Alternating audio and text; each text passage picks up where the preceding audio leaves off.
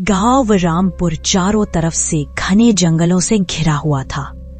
गांव के लोग मेहनतकश, सरल और धार्मिक थे, लेकिन उस गांव की एक ऐसी सच्चाई थी जिसके बारे में कोई खुलकर बात नहीं करता था। गांव के पूर्वी छोर पर एक घना, सुनसान और बेहद भयावह जंगल फैला हुआ था। उसका नाम सबकी जबान पर था, डरावना जंगल। कहा जाता था कि इस जंगल में कोई साधारण इंसान रात के बाद लौटकर नहीं आता। पेड़ों के बीच से अजीब चीखें, सिसकियां और कभी-कभी बच्चों की हंसी सुनाई देती। कुछ लोग दावा करते कि उन्होंने पेड़ों की डालियों पर उल्टे लटकते काले साए देखे हैं। गांव वाले दिन में भी उस जंगल के पास जाना पसंद नहीं करते थे, क्योंकि वातावरण ही भारी और सहरंग भरा हो जाता था। पुराने बुजुर्गों का कहना था कि सैकड़ों साल पहले इस जंगल में एक तांत्रिक ने काली साधना की थी। वह अमरत्व पाना चाहता था और उसने मासूम बच्चों की बलि दी थी। उसकी साधना अधूरी रह गई और उसी के कारण जंगल शापित हो गया। गांव में 4 दोस्त थे, अजय, रोहित, विजय और सूरज। चारों बचपन से ही निडर थे और रहस्यमयी चीजों में दिलचस्पी रखते थे। वे अक्सर जंगल की कहानियां सुनते और एक दूसरे को चुनौती देते। एक दिन अजय ने कहा, हमेशा डरते रहते हो सब लोग। अगर हिम्मत है तो आज रात चलते हैं जंगल में, देखेंगे आखिर क्या सच है। रोहित थोड़ा डरपोक था। उसने कहा, नहीं अजय, ये मजाक नहीं है। गांव के बुजुर्ग बेवकूफ नहीं है जो बिना वजह इस जंगल से डरते हैं। लेकिन विजय और सूरज भी उत्साहित हो गए। अंत में सबने तय किया कि चारों आधी रात को मशाल लेकर जंगल जाएंगे और असली सच पता करेंगे। रात गहरा चुकी थी। आसमान में चांद बादलों में छिपा था और हवा में ठंडक के साथ अजीब सी गंध फैली हुई थी। चारों दोस्त धीरे धीरे कदम रखते हुए जंगल में दाखिल हुए। जैसे ही उन्होंने सीमा पार की, वातावरण बदल गया। बाहर का शोर शराबा, घिंगुरों की आवाज, सब कुछ गायब हो गया। सिर्फ भारी सन्नाटा था। सूरज ने धीरे से कहा, बस। ये सन्नाटा मुझे अच्छा नहीं लग रहा। लगता है सचमुच यहाँ कुछ है। अजय ने हंसते हुए कहा, डरपोक मत बनो, चलो आगे बढ़ते हैं।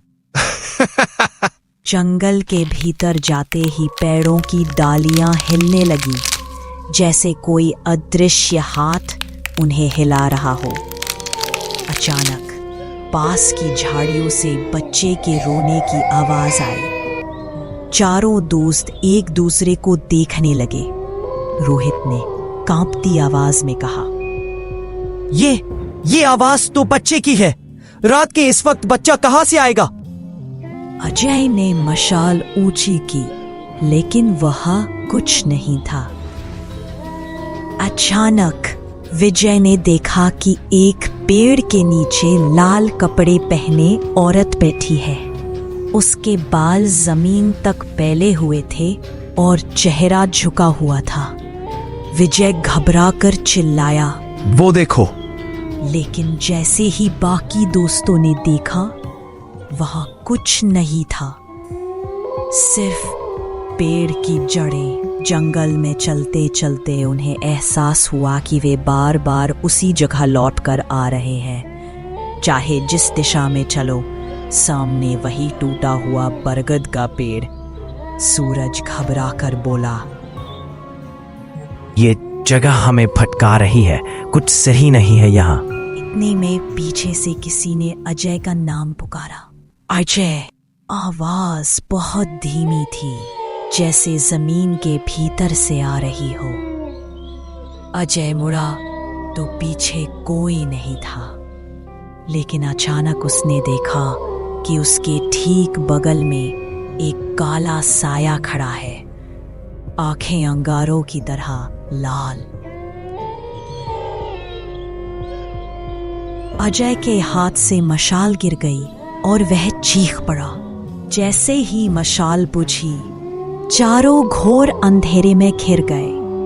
पेड़ों की डालियों से फुसफुसाहट आने लगी। आ गए और बलि देने।